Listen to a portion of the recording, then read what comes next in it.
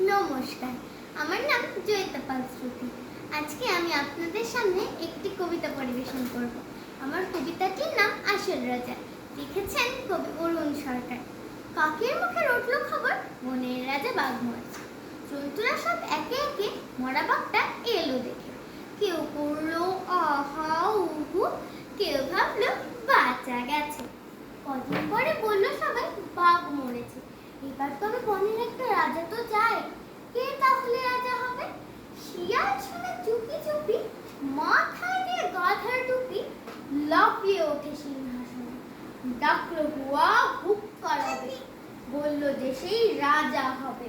হালুক বলল এই গেল, ওখান থেকে নাম এখনই, রাজা হব এই কথাটি ফের যদি তোর মুখে শুনি, একটি চড়ে অক্কা পাবি, হুক্কা হুয়া ভুলে যাবে।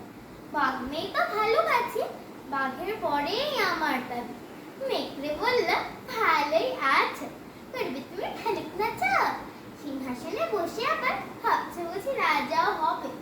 আমি হলাম বাঘের পিসে, আমার দাবি কমটা কিসে?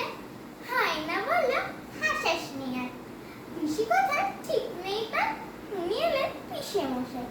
আমরা কোথায় যাই রে তবে, আমায় রাজা করতে হবে। বাদর বলল ওরে হায় না, জুড়ে দিলি তুইও পায় না, জানিস তো কেউ তোকে চায় না।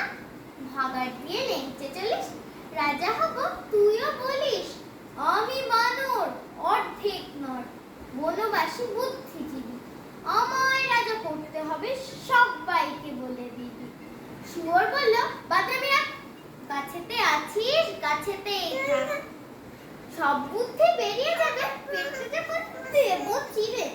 আমার বেশি ঘাটাস নিরে, পেট ঘাটালেই মরতে হবে। আমি যখন বউ ধরেছি, আমায় রাজা করতে হবে। সবাই চেঁচায়, কেউ ক্যাক ক্যাক থুত থুত কুতকুত, কুন্তল পাল হট্ট বলে, বাদুর তখন উঠল বলে, ছিলে ছিলে দেখছি সবই, সবাই ভাবছিস রাজা হবি। শিয়ালকে আর দেখছিস কেউ, শুনতে কি পাচ্ছিস ডাকছে যে কেউ? ভেবেছিলি বাঘ মরেছে, আরেকটা যে এসে গেছে, ইয়া জওয়ান মস্ত থাবা। সবাই বলল